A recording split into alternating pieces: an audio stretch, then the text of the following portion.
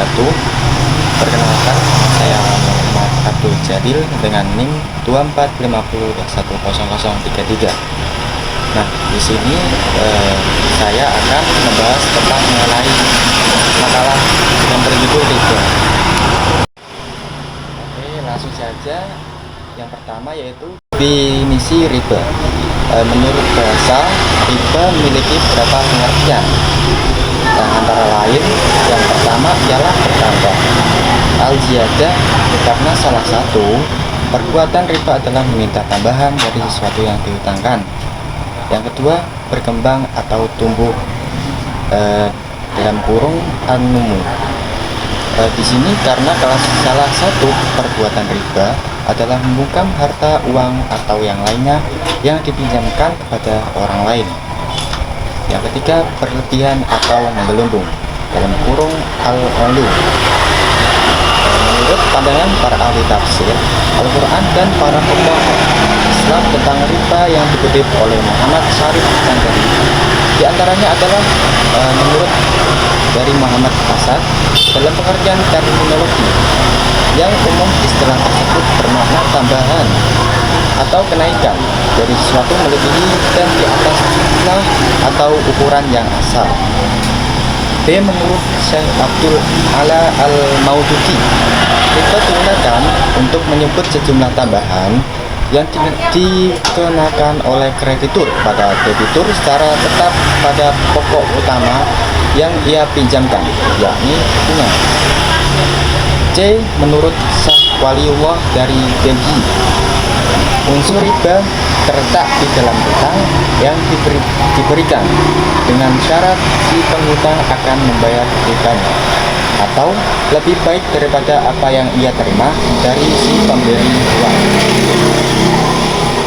Dengan demikian, riba menurut istilah ahli fikih adalah pengambilan tambahan, baik dalam transaksi jual beli maupun pinjam peminjam secara batil atau bertentangan dengan prinsip muamalah dalam Islam. Selanjutnya, hukum riba. Islam sudah menegaskan pelarangan praktik riba. Hal ini terdapat dalam Al-Quran dan Sunnah. Al-Quran menyatakan haram terhadap riba bagi kalangan masyarakat Muslim. Menurut Islam, pengharaman ini bertujuan untuk membatasi kegiatan mendapatkan keuntungan secara tidak adil dan menimpakan kerugian kepada si penghutang. Riba ini hukumnya haram berdasarkan Al-Quran dan Sunnah. Dalam Al-Quran disebutkan beberapa ayat. Bismillahirrahmanirrahim. Wa ma ataitum mir riba liyarbu fi amwalin nas fala yarbu 'indallah. Wa ma ataitum min zakatin turiduna wajhallahi fa ulaika humul mud'ifun. Dan sesuatu riba, tambahan yang kamu berikan agar dia bertambah pada harta manusia, maka riba itu tidak menambah pada sisi Allah. Dan apa yang kamu berikan berupa zakat yang kamu maksudkan untuk mencapai keridhaan Allah, maka yang berbuat demikian itulah orang-orang yang melipat gandakan pahalanya. Quran Surat Ar-Rum 30-39. Macam-macam riba. Di sini ada Imam Hanafi dan Imam Syafi'i.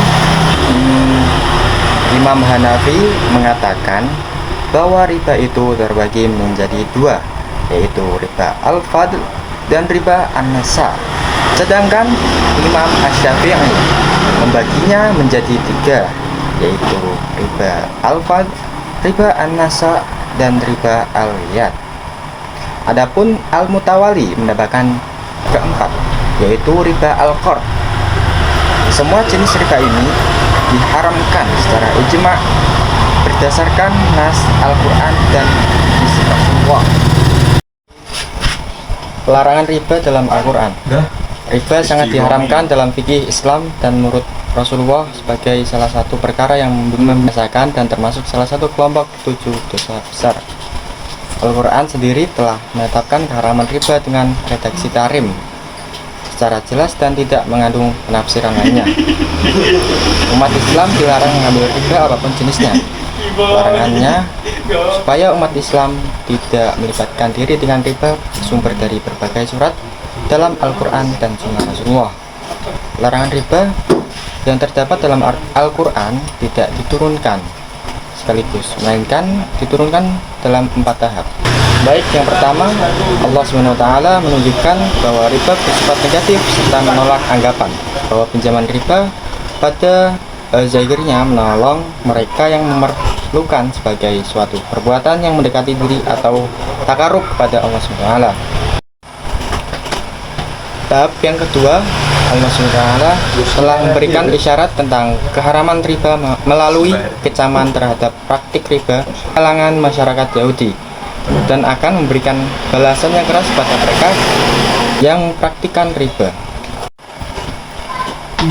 Tahap ketiga, Allah Subhanahu wa Ta'ala mengharamkan salah satu bentuk riba, yaitu yang bersifat berlipat ganda dengan larangan yang tegas, karena pada masa tersebut praktik pengambilan bunga dan tingkat yang cukup tinggi banyak dipraktikkan oleh masyarakat.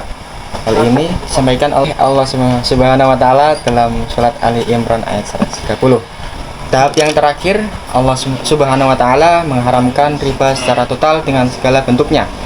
Hal ini disampaikan melalui firman-Nya dalam surat Al-Baqarah ayat 2, 275, 276, 278. Dalam ayat 275 Allah SWT menyatakan bahwa jual beli sangat berbeda dengan riba. Pada tahap terakhir ini Allah memerintahkan untuk meninggalkan segala bentuk riba yang masih ada. Keharaman riba secara total ini menurut para pakar fikih terjadi pada akhir abad ke-8 atau awal ke abad ke-9 Hijriah. Demikian secara jelas Allah Subhanahu wa Ta'ala telah memberikan penjelasan dalam Al-Quran tentang pelarangan riba pada segala bentuk transaksi bisnis. Selain adanya unsur penambahan, riba juga menimbulkan adanya kezaliman pada salah satu pihak. Aktivitas riba juga akan membuat orang hidup malas. Dengan asumsi tanpa bekerja keras, seorang akan memperoleh retum yang bersifat pasti. Demikian penjelasan yang saya sampaikan. Apabila ada salah kata atau kalimat yang tidak mengenakan, bisa dimaafkan. Akhir kata dari saya, wassalamualaikum warahmatullahi wabarakatuh.